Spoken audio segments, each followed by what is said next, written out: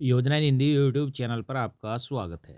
अगर आप उत्तर प्रदेश सरकार के द्वारा दी जाने वाली वृद्धावस्था पेंशन का लाभ लेते हैं या फिर आपकी उम्र 60 वर्ष से ऊपर हो चुकी है और आप उत्तर प्रदेश वृद्धावस्था पेंशन बनवाना चाहते हैं, तो अब आपको बिना इस डॉक्यूमेंट के पेंशन नहीं मिलेगी।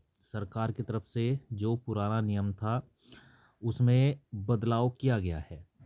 जी हाँ, जो 60 वर्ष से ऊपर के व्यक्ति हैं, उन्हें उत्तर प्रदेश राज्य सरकार वृद्धावस्था पेंशन का लाभ देती है और देती आ रही है। लेकिन अब नियमों में कुछ बदलाव किया गया है राज्य सरकार के द्वारा। अब बिना इस डॉक्यूमेंट के आपको पेंशन नहीं मिलेगी। तो चलिए, कौन सा डॉक्यूमेंट आपके लिए ज़रूरी है, जो आपको चाहिएगा, जिसके आधार पर अब आपको पेंशन मिलेगी, हम आपको बताने वाले हैं। चलिए वीडियो में आगे बढ़ते हैं, शुरुआत करते हैं। लेकिन उससे पहले अगर आपने वीडियो को अभी तक लाइक नहीं किया है तो लाइक करिएगा।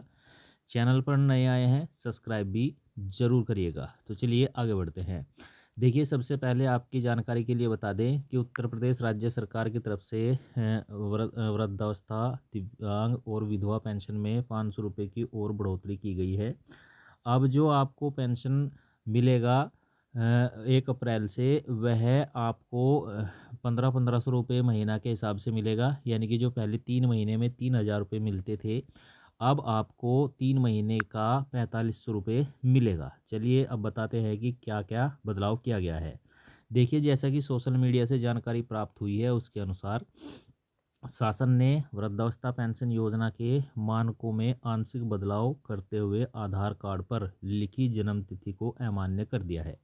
यानी कि अब जो आधार कार्ड पर आपकी जन्म तिथि लिखी होगी, उसे सरकार ने मान्य नहीं किया है, उसे अमान्य कर दिया है। अपर मुख्य सचिव एल वेंकटेश्वर लू ने इस संदर्भ में 12 मार्च को पत्र जारी कर जानकारी दी है। पत्र के मुताबिक आवेदन पत्र के सभी कॉलमों को भरना अनिवार्य होगा। यानी कि जब आप आवेदन करते थे, तो उसमें कुछ कॉलम छूट जाते थे, लेकिन अब आपको वह कॉलम भरना अनिवार्य होगा।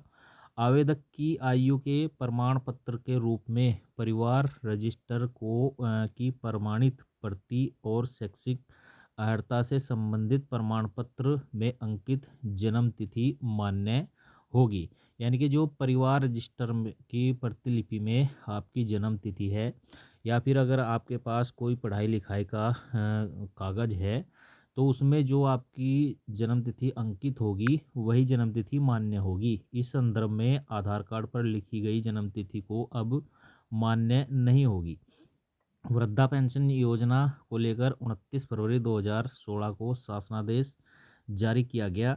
इसमें संशोधन करते हुए 16 मई 2018 को जारी शासनादेश के आधार पर आधार कार्ड में अंकित जन्म तिथि को मान्य किया गया।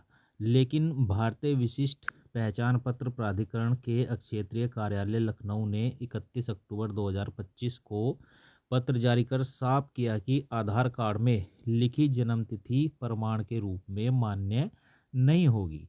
दोस्तों, इसी आधार पर समाज कल्याण विभाग ने सभी जिलों को अनुपालन के लिए कहा है। बीपीएल कार्ड धारकों को समकक्ष अधिकारी से आय प्रमाण पत्र देना होगा। यानी कि जो बीपीएल कार्ड धारक हैं, उन्हें जो अपना समकक्ष अधिकारी है, उसके सामने आय प्रमाण पत्र देना होगा। तो इस पेंशन के नियमों में यह बदलाव किया गया है कि अब जो आधार कार्ड में आपकी जन्म तिथि होगी, वह मान्य नहीं होगी। आपकी जो परिवार रजिस्टर की नकल है, या फिर अगर आपके पास कोई आपकी पढ़ाई का प्रमाण पत्र है, उसमें जो जन्म तिथि लिखी होगी, वही मान्य होगी। और बीपीएल कार्ड धारकों को अपना आय प्रमाण पत्र अब देना होगा। तो यह नियम उत्तर प्रदेश राज्य सरकार की तरफ से वृद्धावस्था पेंशन योजना को लेकर किया गया है। अगर आप भी उत्तर प्रदेश में वृद्धा पेंशन लेना चाहते हैं, तो अब इसी आधार पर आपकी वृद्धा पेंशन बनेगी, अगर आपकी आयु 60 वर्ष से ऊपर हो चुकी है। तो यही थी जानकारी। वीडियो अगर आपको अच्छा लगा हो तो लाइक शेयर कमेंट जरूर करिएगा। चैनल पर नए आए हैं, सब्सक्राइब भी जरूर करिएगा।